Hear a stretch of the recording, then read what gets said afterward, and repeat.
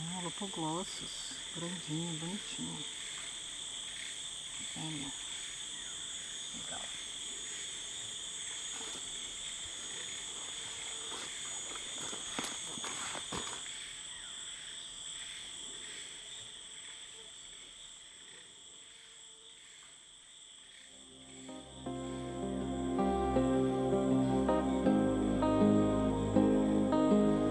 A nossa expedição aqui à Fauna de Tefé, né, ela é a combinação de diversos projetos de pesquisa e redes colaborativas. E a gente está aqui para procurar inventariar anfíbios e répteis, aí também uma série de dados, né, biológicos, ecológicos, fisiológicos, amostras biológicas também, associadas a esses espécimes que a gente está mostrando aqui, né, na Fauna de Tefé. A tudo isso aí para buscar, né, ajudar a gente a melhor entender os padrões de diversidade de anfíbios e répteis na Amazônia brasileira e também quantificar, né, melhorar modelos que buscam quantificar os possíveis riscos de extinção e as possíveis respostas, né, adaptativas, né, soluções que esses organismos da biodiversidade amazônica, que são, né, em geral, considerados bastante sensíveis àquelas mudanças ambientais, eles podem ter às mudanças climáticas globais. Então esse é o grande objetivo, né, da expedição, trazer junto, né, pesquisadores, alunos, estudantes, para estarmos aqui conhecendo as espécies que aqui ocorrem e esses dados ecológicos evolutivos que vão nos ajudar a entender melhor as relações deles com o ambiente e como que eles estão se comportando e vão se comportar as mudanças climáticas. Meu nome é Fernanda Werneck, eu sou pesquisadora titular no Instituto Nacional de Pesquisas da Amazônia, o INPA, onde eu também atualmente sou curadora da coleção de anfíbios e répteis e coordenadora do programa de coleções científicas biológicas.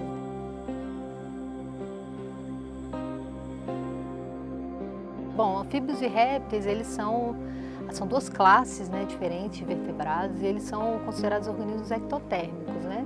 Então são aqueles organismos que eles dependem das temperaturas, das condições ambientais em escala local, temperatura, umidade, para regularem suas temperaturas corpóreas internas. Então eles não produzem suas próprias fontes de calor, exceto quando estão, né, interagindo, modulando com o ambiente através do comportamento.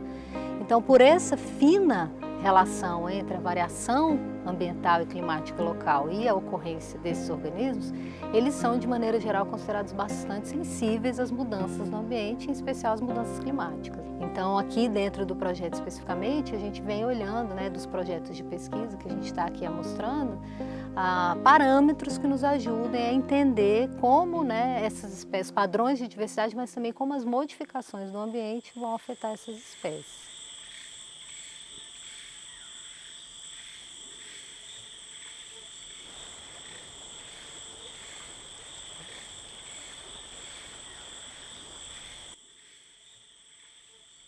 A gente está adotando técnicas mistas, né, de captura desses organismos, de procura e captura desses organismos, começando pelo uso de armadilhas, né, de interceptação e queda, os baldes, né, os pitfalls que a gente instalou logo no início da expedição para nos ajudar a mostrar animais de difícil captura, de folhios terrestres, né, e a cada um também desses pontos amostrais a gente associa dados ambientais e climáticos em escala local, escala microclimática, né, praticamente. Então, cada ponto ele tem ali registradores de temperatura, umidade e modelos que simulam, né, esses parâmetros sob a perspectiva do animal, né, onde ele estaria no ambiente que a gente chama de temperaturas operativas.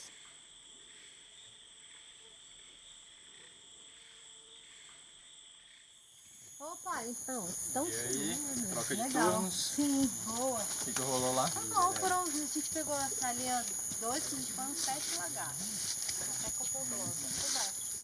Então tá bom, bom canto. Pode deixar mais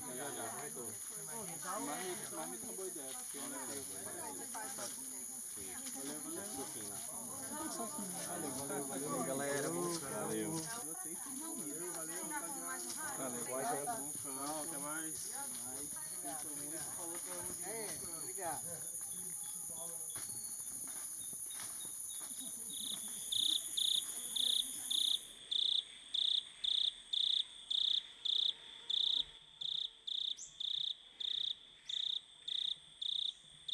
quando se está realizando um inventário, né, seja de qualquer grupo, a implementação de diferentes metodologias é sempre muito importante porque as diferentes espécies possuem hábitos distintos e como os métodos de captura geralmente eles são mais direcionados, então, por exemplo, nós instalamos os pitfalls lá nas áreas de amostragem, né, dentro do módulo, e eles são muito eficientes para animais que são terrestres ou fossoriais, né, que vivem enterrados.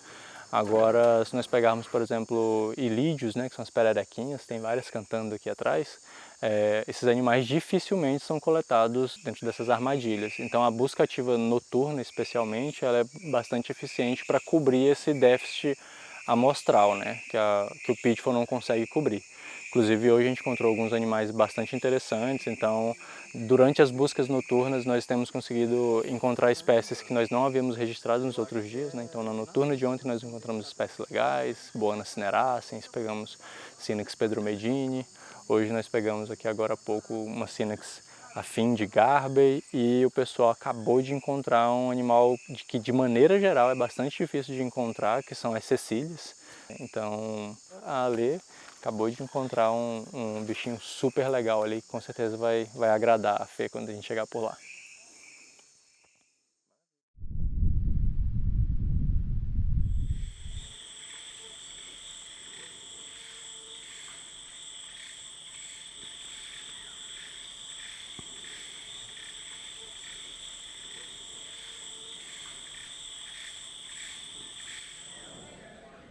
Uma vez que a gente captura esses animais, a gente traz eles de volta para a base de pesquisa e aqui a gente começa uma série de estudos, né, experimentais para tentar quantificar aí as interrelações, né, entre organismo e ambiente. Então são os estudos que a gente chama de ecofisiológicos, né? Então, em uma bateria de testes, né, a gente está quantificando o que a gente chama de temperaturas preferenciais, que são aquelas temperaturas preferenciais em ambiente de laboratório, né, em um gradiente termal em que o animal tem liberdade para se deslocar nesse gradiente, e aí o tempo dele ali em cada temperatura é quantificado, né, a temperatura é quantificada em intervalos regulares de tempo, e aí a gente tem ao final, né, de 1 hora de experimento, que seria a temperatura preferencial em laboratório desse organismo. Aí, em seguida, a gente está quantificando um parâmetro que é chamado a performance do desempenho locomotor, né, que é um parâmetro muito importante sobre como os animais se locomovem no ambiente, né. Então, a gente faz isso através das corridas, né, que a gente chama as corridas, ou as rastejadas, né, quando são serpentes, mas enfim, cada animal ele se desloca, né, ao longo dessa pista, em temperaturas ambientais, decréscimos de 5 graus e acréscimos de 5 graus em relação a essas temperaturas ambientais. E aí a performance dessa corrida ela é filmada e depois quantificada, né, em análise de computador. Por fim, então, os animais passam pelos que a gente chama os experimentos de críticos, né, os críticos mínimos e máximos, em que a gente procura entender qual é o limite de tolerância termal desses animais, né, as temperaturas mínimas e máximas às quais eles podem vir a ser expostos no ambiente, que eles suportam sem perder a sua capacidade de resposta, né, locomotora, de se endireitar, vamos dizer assim, o seu corpo, né, quando modificada a posição.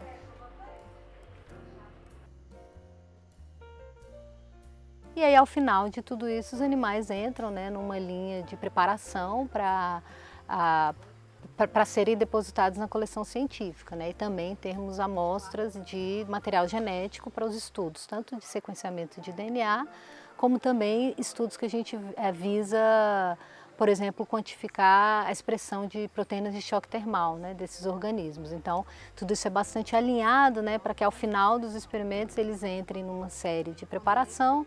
E aí a gente vai associar novos dados a esses espécimes, né? Então a gente já tinha os dados fisiológicos, os dados de campo, agora então a gente associa dados morfológicos, então a gente chama que é uma abordagem funcional, né? Que olha forma e função, né, do corpo desses organismos, e a coleta de amostras biológicas e, por fim, a preparação final, né, para o depósito na coleção científica do INPA, né?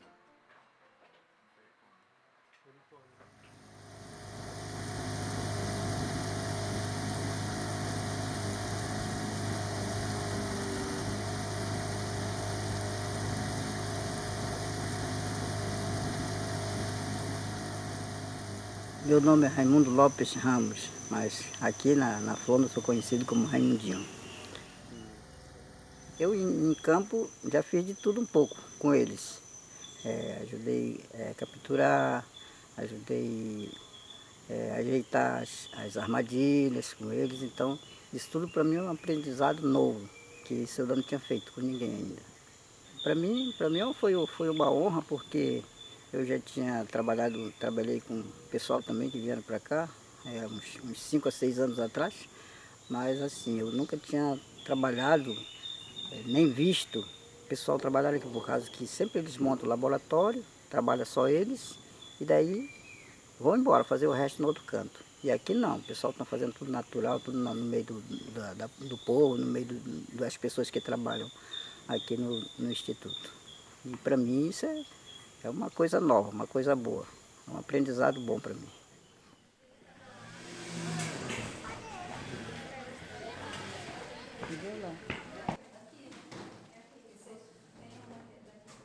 Conhecimento é algo que não se compra, né? A gente adquire e quanto mais conhecimento a gente conseguir reunir, é melhor. Aqui na Flona de Tefé, estamos fazendo um inventário de 30 dias, mas também fazemos o esforço de visitar as comunidades e levar esse material que a gente traz de Manaus, né? Coleção didática do INPE, várias atividades, folhas de colorir, jogos, para interagir e falar sobre o tema de herpetofauna e mudanças climáticas. E a troca disso é sempre muito maravilhosa, porque a gente consegue transmitir um pouco do conhecimento que a gente tem e também escutar deles o conhecimento deles. Então, isso para mim é a complementação entre a ciência e a sociedade, né, que a gente precisa.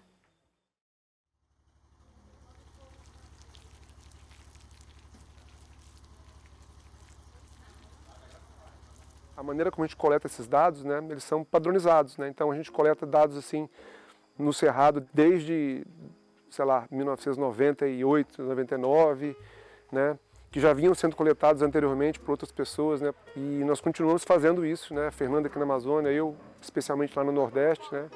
A colaboração, a interação entre essas coleções científicas, né? Eu sou curador da coleção herpetológica da UFPB, Fernanda da coleção do INPA, de herpetologia, então é a maneira como as coleções interagem, né? Seja no intercâmbio de material, de amostra de tecido, né? E a maneira como a informação é coletada. Então, todos os animais que são coletados, eles são etiquetados, individualizados, então nós temos muitas informações desses espécimes, seja dos locais que eles foram coletados, sejam de amostras, né?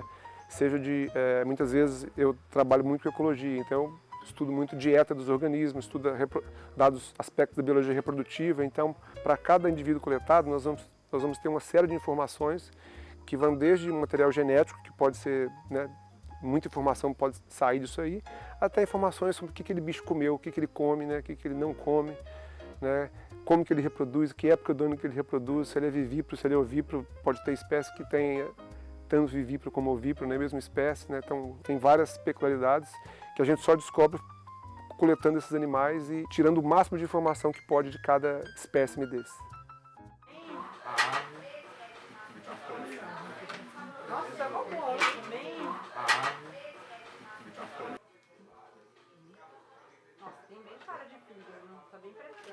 Então, o que é muito importante, né, dessa abordagem é que a gente está trazendo, numa escala bastante fina, local, dados, né, nas populações naturais de como esses organismos, o status, né, dessas populações, e todos esses dados eles são traçáveis ao nível do indivíduo, né? Então, uma vez que esse material é depositado na coleção científica, a gente consegue, além de vários outros registros fotográficos, o que mais a gente tenha, né, quantificado, então tudo isso tem uma linha, né, que é um dado biológico de uma importância tremenda, né, no campo, né, da biologia das mudanças climáticas. É aquele dado que realmente saiu do campo, né, aqui na base, para poder, né, num momento posterior, né, alimentar esses modelos, né, preditivos aí que a gente quer justamente se antever para prever o que a gente chama de modelos mecanicistas, que a gente vai integrar esses dados para usar, por exemplo, estimativas de perda de distribuição ou expansão de distribuição, tendências populacionais, de mudar, né, o padrão e o tamanho, as amplitudes das distribuições, ou mesmo a possibilidade de processos adaptativos em nível de população, como potencial adaptativo às mudanças climáticas e de resgate evolutivo também. Então, tudo isso é uma cadeia muito importante, né, de ligar, né, o dado da população natural ao espécime e ao uso desse dado em grandes modelos preditivos, porque, em geral, essas coisas vêm muito de uma escala global, sem ter um realismo. Os dados, né, em biologia das mudanças climáticas não necessariamente têm esse realismo em campo. E é isso que a gente quer trazer para a discussão e a pesquisa em biologia das mudanças climáticas, esse dado curado, né, e refletindo a real situação, né, das populações agora, né, e no caso dos anfíbios e répteis.